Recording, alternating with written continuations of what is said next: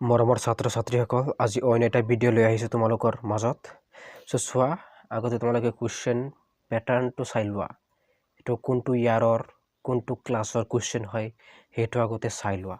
চোৱা, half yearly examination চোৱা 2024 যিটো কুৱেশ্যন পেপাৰ, সেই কুৱেশ্যন পেপাৰ হয় এইটো কি আছে সাব ক্লাছ, কি আছে ক্লাছ মানে সেকেন্ড ইয়াৰৰ সায়েন্সৰ বায়োলজি, ঠিক আছে।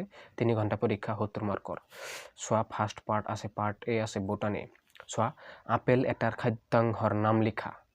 একদম কমন কুৱেশ্যন মই তোমালোকক কৈ দি আছোঁ, এইটো কুৱেশ্যন পেপাৰত আহিছিল। চোৱা, ফাৰ্ষ্ট সেই আপেল এটাৰ খাদ্যাংশৰ নাম লিখা, একদম সেম কুৱেশ্যন আহিছে। চ' এনেকুৱাকৈ তোমালোকে বহুত কুৱেশ্যন তোমালোকে মিল খোৱাত দেখা পাবা, বহুত কুৱেশ্যন পেপাৰত আছে। সেইবাবে কৈছোঁ মই তোমালোকে কুৱেশ্যন পেপাৰ সলিউশ্যন কৰি পঢ়িবলৈ চেষ্টা কৰা। তোমালোকে বহুত কুৱেশ্যন তোমালোকে কমন পাবা। আৰু এটা মই তোমালোকক দেখুৱাই দি আছোঁ, চাবা, ইয়াতে আৰু কুৱেশ্যন আছে মিল খোৱা, মই তোমালোকক দেখুৱাই দিম এটা এটাকৈ, ঠিক আছে। নেক্সট চোৱা, অনুকূলী বিকৰণ।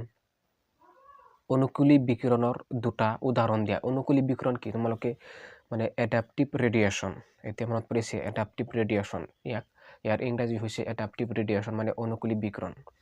লেকটিক এচিড প্ৰস্তুতকৰণৰ ব্যৱহাৰ, অনুজীৱটোৰ নাম লিখা। বায়ম কি? মিলাৰে পৰীক্ষা কৰা, এই চোৱা মিলাৰে পৰীক্ষাগাৰত ব্যৱহাৰ কৰা পদাৰ্থবোৰ কি কি? চোৱা, এইটো কুৱেশ্যন পেপাৰ কিন্তু তোমালোকক দি দিছোঁ এইটো, ঠিক আছে। চোৱা, ইয়াতে চোৱা, মিলাৰে পৰীক্ষাগাৰত ব্যৱহাৰ কৰা সামগ্ৰীবোৰ কি কি, আৰু ইয়াতে চোৱা, মিলাৰে পৰীক্ষাগাৰত ব্যৱহাৰ কৰা পদাৰ্থবোৰ কি কি। কুৱেশ্যন কিন্তু একেই, অলপ ডিফাৰেণ্ট আহিছে কিন্তু এনচাৰটো একেই হ'ব, ধৰিব পাৰিছা, ঠিক আছে। চ' নেক্সট চোৱা, তলৰ যিকোনো 4টা প্ৰশ্নৰ উত্তৰ দিয়া। মাৰ্কটো তোমালোকে চাই ল'বা আৰু কেইটা লাগবা দিছে সেইটো মনকে অলপ চাই ল'বা। পৰাগযোগৰ জৈৱ কাৰকবোৰৰ বিষয়ে লিখা। কোৱাচাৰ্বিট কি? BOD কি? মানে বায়োলজিকেল অক্সিজেন ডিমাণ্ড কি, এইটো লিখবা লাগে। বহুভ্ৰূণতা কি? ত্ৰিসংলয়ন বুলিলে কি বুজায়? চোৱা, ত্ৰিসংলয়ন এইটো চোৱা, তোমালোকে ত্ৰিসংলয়ন এইটো কুৱেশ্যন পেপাৰ কিন্তু তোমালোকক মই দি দিছোঁ, তোমালোকে চাই ল'বা যদি চোৱা নাই, ঠিক আছে। ইয়াৰ আগতে আছে, সেইটো তোমালোকে চাই ল'বা। মই এইটো আগতে আপলোড কৰিছোঁ, তাৰপিছত মই এইটো ডিছকাছ কৰি আছোঁ। চ' চোৱা, ত্ৰিসংলয়ন, ইয়াত আছে ত্ৰিসংলয়ন বুলিলে কি বুজা, ইয়াতে আছে ত্ৰিসংলয়ন, ধৰিব পাৰিছা। চ' তোমালোকে কুৱেশ্যন পেপাৰ সলিউশ্যন কৰিবলৈ ট্ৰাই কৰিবা। তোমালোকে যদি 12ৰ পৰা 25লৈকে যদি কুৱেশ্যন পেপাৰ চোৱা, তেনেহ'লে তোমালোকৰ কিতাপ পঢ়িব নালাগে। বাছ তোমালোকে কুৱেশ্যন পেপাৰৰ পৰাই তোমালোকে কমন পাবা। যিমান পঢ়িবা, এটা কথা মনত ৰাখিবা, তোমালোকে যিমান পঢ়িবা, কুৱেশ্যনটো যদি কমন নপৰেও তোমালোকৰ এক্সামত, তথাপিও তোমালোকে লিখি থৈ আহিব পাৰিবা, সেইখিনি জ্ঞান তোমালোকৰ হ'ব। সেইকাৰণে পঢ়া, য'ত যি পোৱা সেই পঢ়া। তোমালোকে কুৱেশ্যন কমন পৰে নপৰে সেইটো কিন্তু ডাঙৰ কথা নহয়, কমন নপৰিলেও লিখিব পাৰি, এইটো কথা মনত ৰাখিবা। কুৱেশ্যনটো যদি কমন নপৰেও তথাপিও লিখিব পাৰি সেই এনচাৰটো, গতিকে পঢ়িব লাগিব। চোৱা, অনুজীৱক শক্তিৰ উৎস হিচাপে ব্যৱহাৰ কৰিব পাৰি, যুক্তি দিয়া। জীৱ আহাৰৰ সুবিধাসমূহ লিখা। আবাদীৰ ঘনত্ব, গাউছৰ মানে বহিৰ্গমন নীতি, ডাউনৰ মতবাদৰ বিষয়ে লিখা, আৰু আবাদীৰ মানে সূচকীয় বৃদ্ধিৰ লেখ অংকন, ঠিক আছে। জীৱাশ্মৰ বয়স কিদৰে নিৰূপণ কৰিব পাৰি, জীৱাশ্মৰ বয়স কিদৰে নিৰূপণ কৰিব পাৰি। তাৰপিছত চোৱা, বৰ্ণ সংকৰণৰ কৌশলসমূহ লিখা। নেক্সট আছে কি তোমালোকৰ, চোৱা, আকৌ এটা কম পৰিছে, হাৰ্ডি ৱেইনবাৰ্গ সূত্ৰটো উদাহৰণসহ ব্যাখ্যা কৰা। আৰু এইটো কুৱেশ্যন পেপাৰত চোৱা, তোমালোকে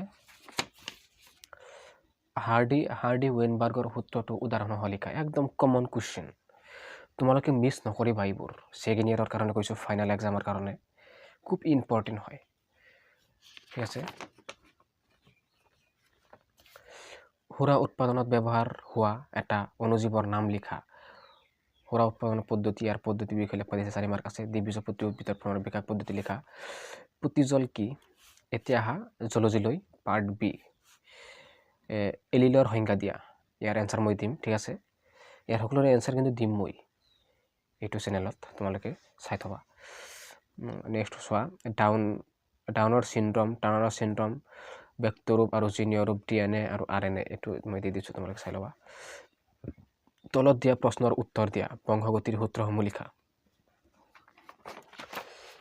কি আছে? বংশগতিৰ সূত্ৰসমূহ লিখা।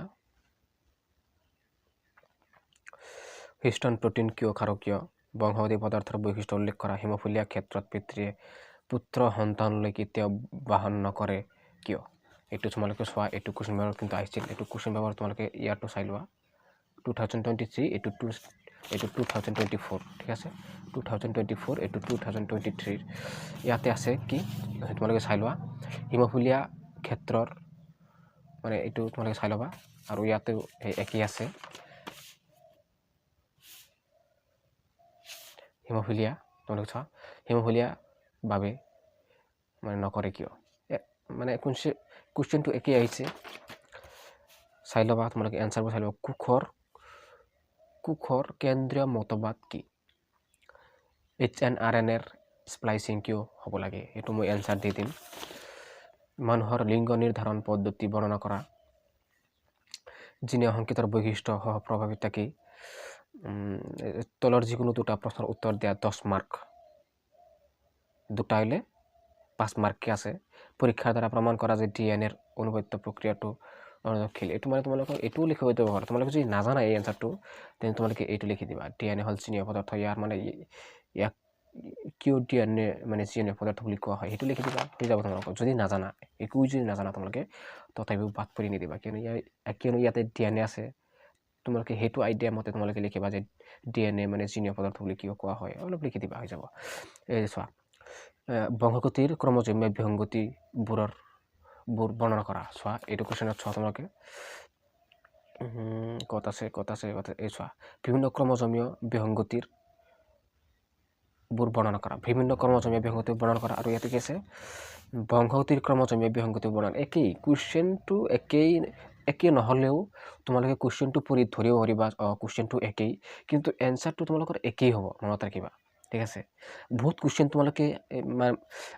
তোমালোকে এই দুটা কুৱেশ্যন পেপাৰত তোমালোকে কমন পালা চোৱাচোন আৰু যদি এনেকুৱা যদি আৰু 5-6টা কুৱেশ্যন পেপাৰ থাকে তেনেহ'লে তোমালোকৰ কিমান কমন পৰিব যে সেইভাবে কৈছোঁ তোমালোকে পঢ়া কুৱেশ্যন পেপাৰ সলিউশ্যন কৰি তোমালোকে পঢ়ি থাকা ফাৰ্ষ্ট ইয়াৰে হওক কিংবা ছেকেণ্ড ইয়াৰে হওক তোমালোকে পঢ়ি থাকা ঠিক আছে নেক্সট চোৱা অনুবাদকৰণ প্ৰক্ৰিয়াটো চিত্ৰ বৰ্ণনা কৰা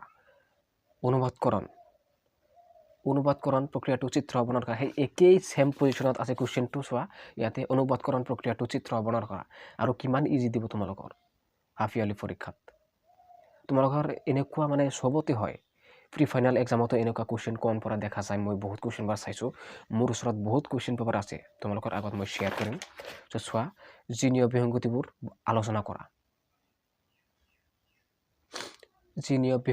আলোচনা কৰা তোমালোকে এইটো লিখিবা সো আজিৰ ভিডিঅ' এইখিনিয়ে বহুত কুৱেশ্যন তোমালোকে কমন পালা এনেকৈ তোমালোকে বহুত কুৱেশ্যন পেপাৰ তোমালোকে পাবা কমন পৰা সো তোমালোকৰ আগত মই ডিছকাছ কৰিম সো থ্যাংকস ফৰ ৱাচিং থ্যাংক ইউ